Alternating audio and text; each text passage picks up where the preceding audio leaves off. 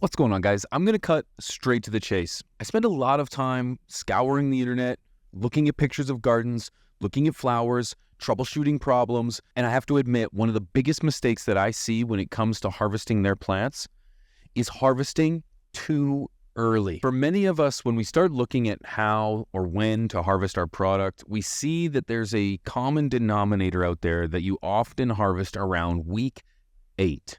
Week 8 is that golden number that is often too low in regards to how long it takes to grow this plant.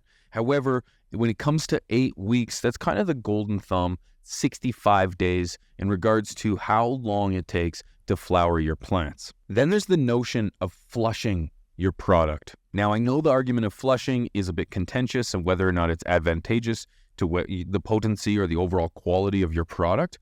I'm not going to get into that. I'm going to get into the idea of when flushing begins.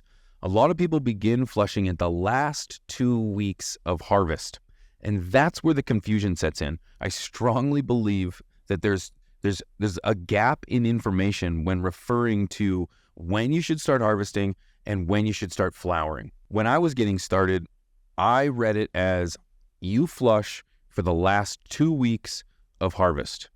That means if you apply that to the golden rule of 8 weeks, you're going to start flushing at 6 weeks.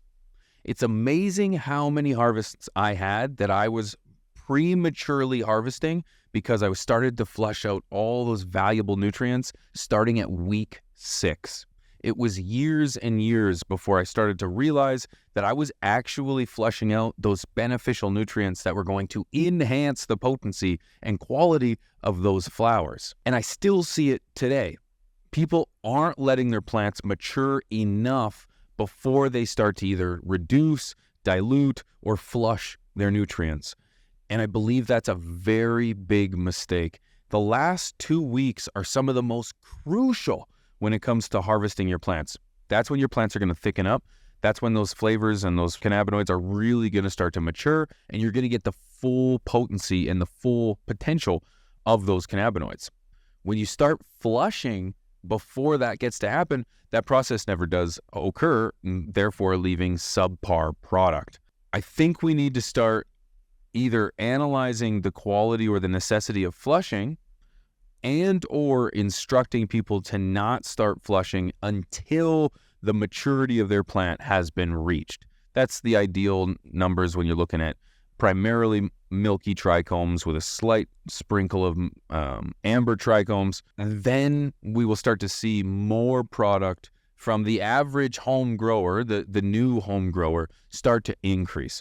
So I know I'm going to take it upon myself when it comes to spreading this message to ensure that I'm very specific that feeding all the way up till week 8, 9, or 10, and in some cases even longer. There's a lot of these golden rules that we apply to gardening that simply just either muddy the waters or make it far more confusing when it comes to how to simplify the process and how to get it done properly.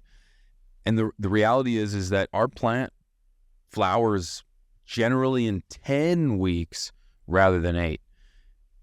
So I'm going to do better to try to help spread that message. Is there an issue that you think it rises higher than that? Light quality, gardening issues, nutrients? What do you think is the biggest mistake that occurs in people's garden when it comes to creating the biggest, bountiful, lush buds? I want to hear from you. Guys, until next time, much love, stay medicated. I'll see you soon.